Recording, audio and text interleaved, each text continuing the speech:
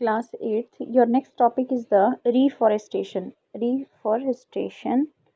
Professor Ahmed suggests that the answer to deforestation is reforestation. Professor Ahmad ने suggest किया कि जो डिफॉरेस्टेशन के लिए अगर डिफॉरेस्टेशन कहीं हुई है तो उससे जो है उसको कैसे कवर किया जा सकता है रिफॉरेस्टेशन से। यानी कि डिफॉरेस्टेशन क्या होता है कि फॉरेस्ट में से सभी ट्रीज को काट दिया जाता है, ठीक है, उसको प्लेन एरिया कर दिया जाता है, तो वहाँ जो प्लेन एरिया है वहाँ पे फिर से जो है पौधों को लगाया जा सके, इस तरह से रिकवरी की जा सकती है नुकसान की। तो reforestation is the restocking of the destroyed forest. Restocking of the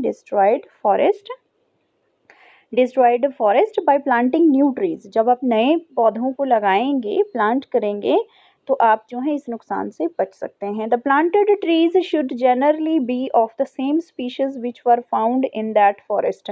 जो प्लांटेड ट्रीज होते हैं, जैसे जो आपने पौधे लगाए, ठीक है, वो सेम स्पीशीज के होने चाहिए, ठीक है, सेम स्पीशीज के पाए जाते हैं फॉरेस्ट में। We should plant at least as many tree as we cut. कह रहे कि हमें जो है वो पौधों को लगाना चाहिए, ठीक है, बहुत सारे पौधों को लगाना चाहिए। हम अगर कट करते हैं ट्रीज को तो हमें पौधे भी लगाने चाहिए। Reforestation can take place naturally also. कह रहे कि रिफॉरेस्टेशन जो है वो कुदरती ढंग से भी अपने आप हो जाता है। किसके द्वारा होता है बच्चे? बीजों के द्वारा। If the deforested area is left undisturbed. अगर डिफॉरेस्टेटेड एरिया जो है उसको ऐसे ही रहने देंगे आप अनडिस्टर्ब्ड, उसमें कोई इंटरफेरेंस नहीं करेंगे, तो फॉरेस्ट जो है अपने आप को फिर से रीएस्टेब्लिश कर लेता है। कैसे? खाली जगह है, ठीक है, आपने पेड़ काट दिए, जब आपने पेड़ काटे तो उनके कुछ बीज जो हैं उस खाली एरिया में रह जाते हैं, ठीक है, जिनसे जो है वो नए ट्रीज बनने शुरू हो जाते हैं।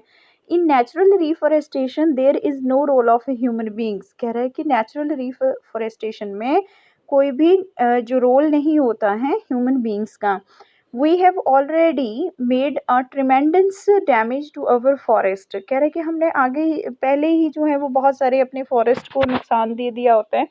If we have to retain our green wealth for generations, plantation of more trees is the only option.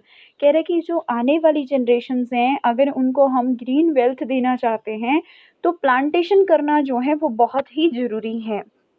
Professor Ahmad told them that in India we have the forest conservation act. Professor Ahmad ने बोला कि भारत में जो है forest conservation act है। This act is aimed at the preservation and conservation of natural forest. कह रहे कि इस एक्ट का क्या काम है कि कंजर्वेशन करना नेचुरल फॉरेस्ट की, और जो वहाँ पे फॉरेस्ट के अराउंड जो लोग रहते हैं, पीपल रहते हैं, उनकी बेसिक नीड्स को पूरा करना। इस प्रोटेक्शन एक्ट जो है, प्रोटेक्शन के लिए जो है ये एक्ट लगाया गया है। इसमें फॉरेस्ट कंजर्वेशन एक्ट में ये जो है मेनली जो है कंजर्वेशन करते हैं नेचुरल फॉरेस्ट की, और जो है पीपल्स जो होते हैं उनकी बेसिक नीड्स को पूरा करने के लिए। आफ्टर सम रेस्ट, कुछ समय रेस्ट करने के बाद, Madhav ji ask the childrens to start moving back. Madhav ji बच्चों से पूछते हैं चलो अब वापस चल पड़ते हैं इस जंगल से। Because it is not advisable to stay back in the jungle after sunset. कह रहे कि आफ्टर सनसेट इस जंगल में ही रहना जो है वो बहुत ही खतरनाक हो सकता है। ऑन गेटिंग बैक, वापस जाकर प्रोफेसर अहमद और चिल्ड्रन जो हैं वो थैंक करते हैं माधव जी का कि माधव जी ने उनको इतने अच्छे से गाइड किया फॉरेस्ट में, ठीक है। उसके बाद बच्चे आपको क्वेश्चन आंसर्स दिए गए हैं, कुछ फिलिंग द ब्लैंक्स हैं, फिर उसके बाद डिफ्रेंशिएट करना है आपने, अलग अलग ऑप्शंस हैं, देन उसके बाद इफ़ेक्ट्स बताए हैं डिफॉरेस्टेशन के, फिर उसके बाद है कि अगर आप ट्रीज़ को काट देंगे तो क्या होगा, फिर उसके बाद छोटे छोटे आंसर्स हैं, आप इन आंसर्स को कर सकते हैं अच्छे से, ठीक है। तो आइए करते हैं इन क्वेश्चंस को, ठीक है। सो सबसे पहले जो है, जैसे कि यहाँ पे जो है वो ब्लैंक छोड़ी हुई हैं, ठीक है, फिलिंग द ब्लैंक्स, तो इनके आंसर्स जो हैं वो नीचे लिखे गए हैं, आपने यहाँ से फेयर कॉपी पे उतारने हैं, ठीक है।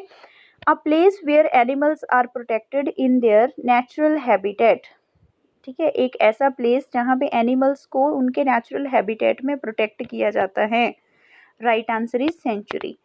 देन उसके बाद सेकंड है species found only in a particular area. एक पार्टिकुलर एरिया में जो स्पीशीज पाई जाती हैं, यस, उनको क्या कहते हैं? Endemic species. Migratory birds fly to far away places. जो माइग्रेटरी बर्ड्स होते हैं वो बहुत दूर प्लेसेस पे जो चले जाते हैं, क्यों? क्योंकि क्लाइमेटिक चेंजेस के कारण।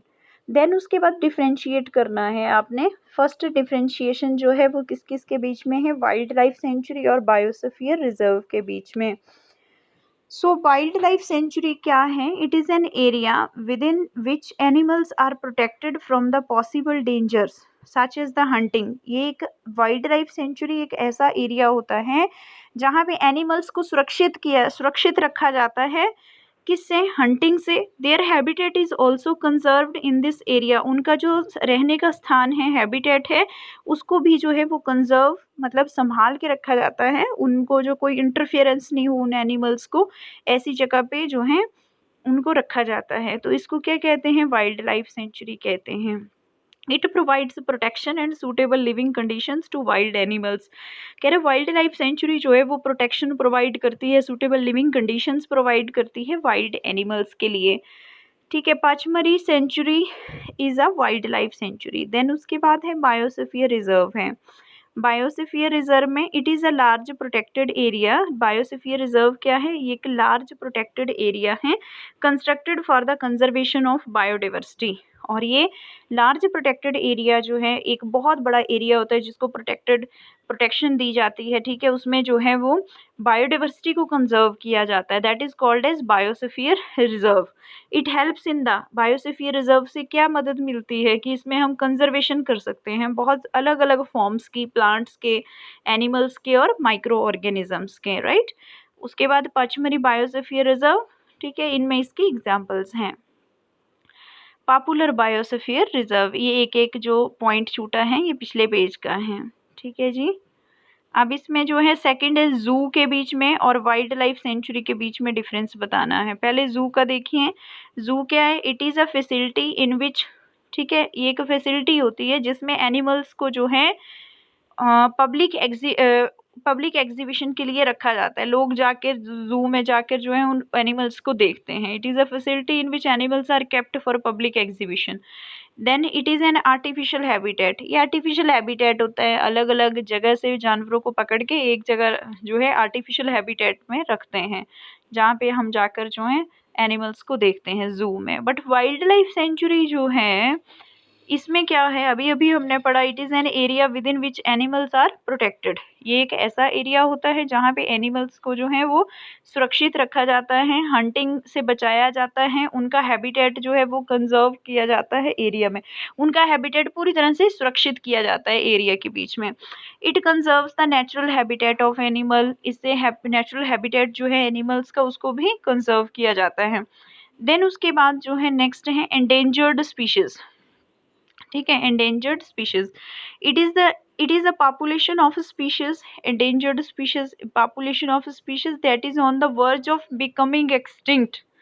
मतलब ऐसा, मतलब बिकमिंग एक्सटिंक्ट मतलब जो एक ऐसी तादाद पे हो कि वो खत्म ही होने वाले हैं एनिमल्स, तो उनको एंडेंजर्ड एनिमल्स बोलेंगे। अलग अलग एग्जांपल्स हैं, blue whale, tiger, leopard are the examples of endangered species. Then उसके बाद है it is a population of the species that no longer exist hence it is extinct. इसमें एग्जाम्पल है एक्सटिंक्ट स्पीशीज मतलब पूरी तरह से ख़त्म हो गई हैं जो, ठीक है। Species that no longer exist, dodo, passenger pigeon are examples of extinct species. Then उसके बाद डिफरेंस पूछा है व्हाट इज फ्लोरा। ठीक है, फ्लोरा क्या चीज़ है? मैंने अभी कल ही बताया था। It refers to all the living plants in a particular area. Flora किसको बोलते हैं कि पार्टिकुलर एरिया में कुछ जो लिविंग प्लांट्स रहते हैं उनको फ्लोरा कहते हैं। जैसे sal, teak, mango form the flora of Pachmarhi biosphere reserve. Then उसके बाद जो है वो फोना है। फोना क्या है? It refers to all the animals living in a particular area. ये किसके लिए टर्म यूज की जाती है? उन एनिमल्स के लिए जो पार्टिकुलर एरिया में प्रेजेंट होते हैं। एग्जाम्पल है लेपर्ड, वुल्फ, ठीक है, wild dog form the fauna of the Pachmarhi biosphere reserve. So ये डिफरेंसेस थे जो आपने करने थे। ठीक है, नेक्स्ट उसके बाद है discuss the effects of deforestation on the following.